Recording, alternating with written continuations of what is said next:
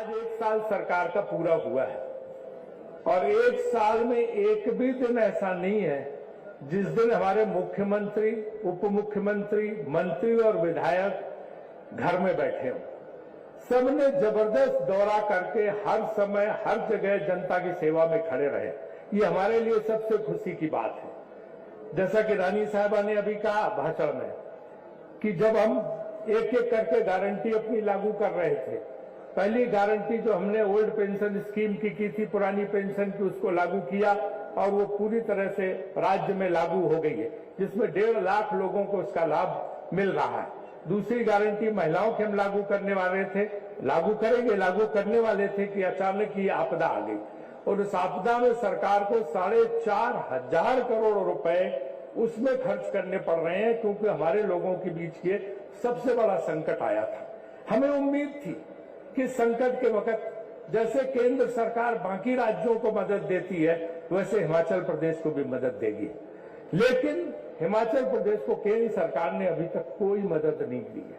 हमने भी लगातार वहां केंद्रीय मंत्रियों से बात की, प्रधानमंत्री से बात की, सबसे बात की और रानी साहबा ने भी बात की। मुख्यमंत्री जी 2 बार उनसे मिले, लेकिन उन्होंने 1 पैसा अभी तक उस ढंग से नहीं दिया कि आपदा के लिए दिए। बाकी राज्यों में जहां उनकी सरकार है तुरंत जाके दे देते।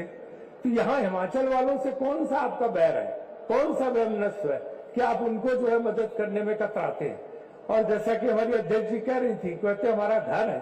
अरे घर है तो घर में पहले तो वो तो छोड़ दो, और घर होता तो घर वाले मुसीबत में थे, प्रधानमंत्री जी आए नहीं। इतनी बड़ी आपदा हो गई, मोदी जी नहीं आए क्योंकि चुनाव नहीं थे।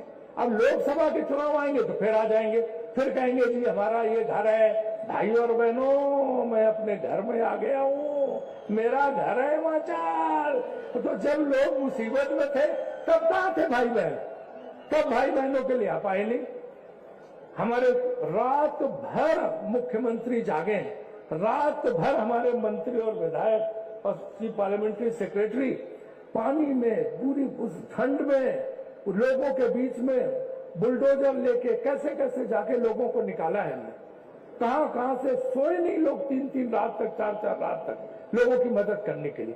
लेकिन एक व्यक्ति भी हमें भारत सरकार से, प्रधानमंत्री जी वगैरह कोई नहीं दिखे जो यहाँ के लोगों की मदद में आए। तो अगर कोई दुख में आपके नहीं खड़ा होता है तो कभी आपके साथ नहीं खड़ा हो सकता। ये बात आप जान लीजिए कि जहां चुनाव आते हैं वहीं वो जाते हैं। जहां चुनाव वहां फिर वहां की बातें करेंगे, वैसे एक टोपी लगा लेंगे, वैसे एक शाल डाल लेंगे और फिर कहेंगे मैं तो यहाँ का हूं। फिर वो अगले राज्य में चुनाव तो वहां की टोपी लगा लेंगे, वहां का शाल डाल लेंगे, वहां के कपड़े पहन लेंगे और कहेंगे हम, ये हमारा घर है। तो इतने घर हो गए हैं, जहां जहां चुनाव है वहीं वहीं घर है उनका।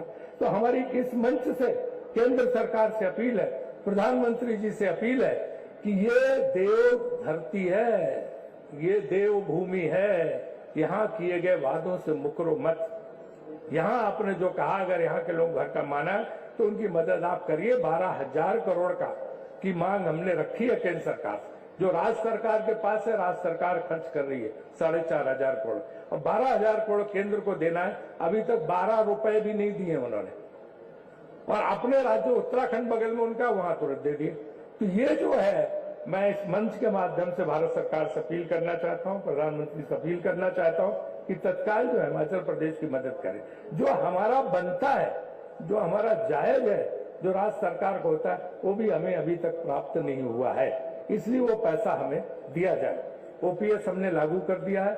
इसके अलावा हमने युवाओं को वादा किया था कि हम 680 करोड़ उनको देंगे हर कॉन्स्टिट्यूंसी के लिए, जो है हम 68 कॉन्स्टिट्यूंसी के हिसाब से देंगे, और वो हमने 680 करोड़ का प्रावधान करके राजीव गांधी योजना के तहत उसको आप लोगों का, युवाओं के लिए देना शुरू कर दिया है।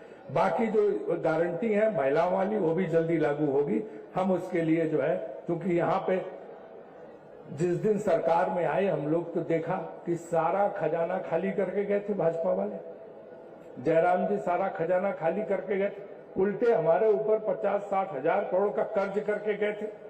तो उस कर्ज से हम जूझ रहे हैं, उस खाली खजाने से जूझ रहे हैं, और किसी तरह से पैसा जुटा के आप लोगों तक पहुंचाने की कोशिश हो रही है। आप भी अपना हाथ बढ़ाइए, हमारा साथ दीजिए, हम भी अपना हाथ बढ़ा के आपको साथ देंगे, और धीरे धीरे हम हिमाचल को न केवल जो है सबसे धनी प्रदेश बनाएंगे, बल्कि यहाँ की जनता को उसकी सारी सुख सुविधाएं देंगी। ऐसा हमारा वचन है, ऐसा हमारा वादा है। एक एक वादा हम पूरा करेंगे, एक एक गारंटी हम पूरी करेंगे, जैसे हमने कर्नाटक में की है, जैसे हमने तेलंगाना में की है, सब जगह हम करेंगे। और इस देवभूमि के लोगों को हमारा सस्ता नमन, और हमारे हमारे मंत्रीगण, हमारे जो है विधायकगण, सबसे निवेदन करूंगा कि सब लोग जनसेवा में जैसे 1 साल लगातार लगे रहें। बहुत बहुत धन्यवाद, बहुत बहुत आभारी आप।